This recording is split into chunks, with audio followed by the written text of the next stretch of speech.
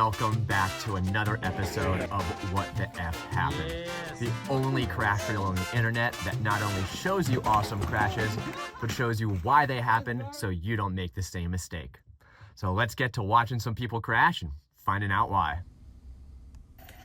Okay. Oh! Ow. Gnarly! Okay. This one's a good one. Let's find out what happened. Alright, so as our guy comes down, he loses it through this compression right here, right? But I think it starts to go bad for him earlier. As he's coming in, watch the rear end slide. So I think he gets a little nervous of his brakes.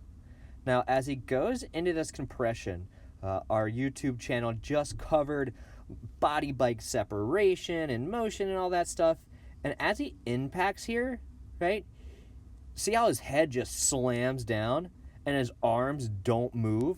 He should have used his arms as shock absorbers to absorb this impact so he didn't get this head slap here. Whack. Bam.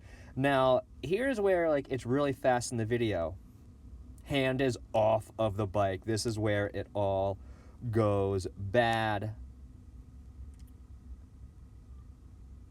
And he's like, oh no, oh no.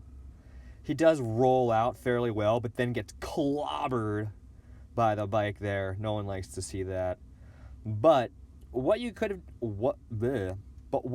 have done to prevent this was just have a little more body bike movement. Allow himself to kind of go into that front seat instead of trying to stiff arm this compression, which just blows his hand right off of the bike. Sometimes you have to use your elbows as shock absorbers as well. You may have 200 millimeters of travel, but you have an extra 8 inches of travel in your elbows. Let the bike come to you, or actually you'll be going to the bike there. Absorb these with your arms, guys. And you won't end up like this guy, but... That's gnarly. It was gnarly. At least his attitude was right. Let's get to the next one. All right. Yes. No. All right. This is, let's watch it one more time. This is Devil's Racetrack, Baker's Creek. Yes. Beautiful, let's just, beautiful sunset here. I mean, maybe the guy should have looked at the sunset a little longer and thought about his form before he went off this sucker. So this is a very non-transition style jump, right? It's just a rock slab. So as we can't actually see the rider, the first initial transition change, but we can see him right here in the front of his bike. Now, one of two things happened. He didn't accept this transition, or this is just how he preloads, straight into the front of the bike. Now, if you're going to do that, you're putting a lot of weight into the front of this bike as it's trying to unweight the front tire to leave the ramp. But we see from the crash that this guy just uses the stand up to the jump part, right? Which is going to unweight both tires at the same time.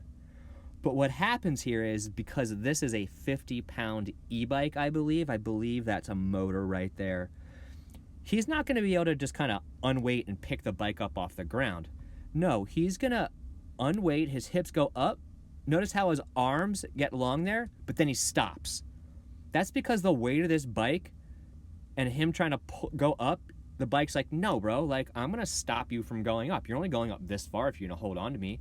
You didn't try to pick me up the right way. I'm not that type of girl. So that's when his body more or less goes limp, right? There's no more body motion, and he kind of just starts to fall in the air. Complete dead sailor. And you can see him farther and farther to the side, and then we have a wicked high side here and just smacks that shoulder. I hope he's okay. To prevent this whole thing, we would have wanted to use the J-hop form off of the lip, which would have done a body weight preload, right? Accepting the transition of the lip, which means his hips would have been kind of back here. He'd have been pressing into the lip, dropping his heels instead of already being on his toes. kind of would have been right here somewhere, right? And that would have enabled the front tire to continue going up at the same angle as this rock until the rear wheel finally came to the edge where he would have done a light explosion, created that arc, boom, and in around the turn you would have went. But instead, we chose the stand up to the jump method, and the e-bike said, no, you can't pick me up like that. How about a dead sailor for you? And you can enjoy that nice sunset on the ground. All right, go to my YouTube page, check out the J-Hop, go check out my how to jump correctly video. There's a number of them, but we do debunk stand up to the jump in our latest one. Go check it out. On to the next. All right, on to the next one. No sound, but oh, ow. Okay, let's take one more gander. I got this off of InstaSlam. Okay. Man, owie. I can tell you that she is okay. The rest of the video, she's kind of laughing about it. But what happens here is this first compression, boom. Notice how she gets sucked into the back of the bike and never kind of gets out of the back of the bike. Taking off of this jump, you'd kind of want to get that whole push motion going. So she basically takes off in the rear seat of this bike and never can get out of it. And now as she lands, she can't separate, so her butt's just going to go straight down, right? She's not going to be able to do any absorbing with her legs here. Notice how bent they are already. Zoop, right? She goes kind of forward and then slaps herself down on the seat and then gets bucked over, high-sided. Oh, ow. And it's all because she got kind of just off-center here, way too far in the back seat. She couldn't produce any motions off of the actual edge of the drop.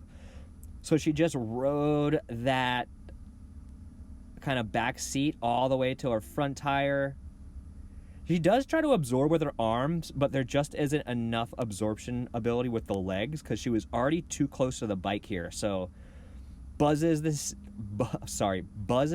tire with her butt, doesn't like that, stands up, unweights that rear tire, it goes sideways, and then wow, what a high side.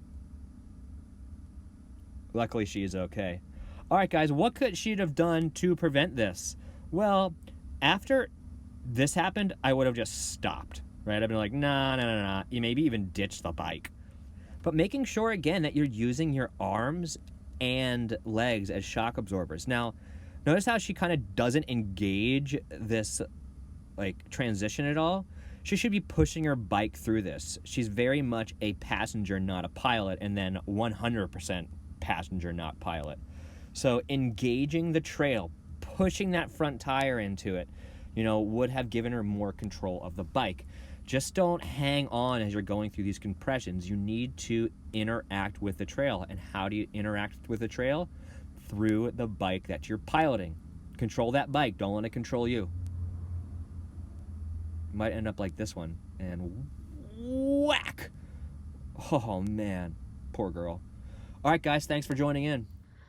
All right, guys, that's going to do it. I hope you enjoyed these crashes. I hope you learned something so you know what not to do so you don't end up one of those guys. If you have a clip that you'd like to send us, make sure that you email it over to us. The link is in the description. If we don't see you till next time, make sure you try to keep that rubber side down. If you'd like to support the channel, we've got a few ways. You can become a Patreon. The link is in the description. 37 cents a day can make a huge difference in this small content creator's life.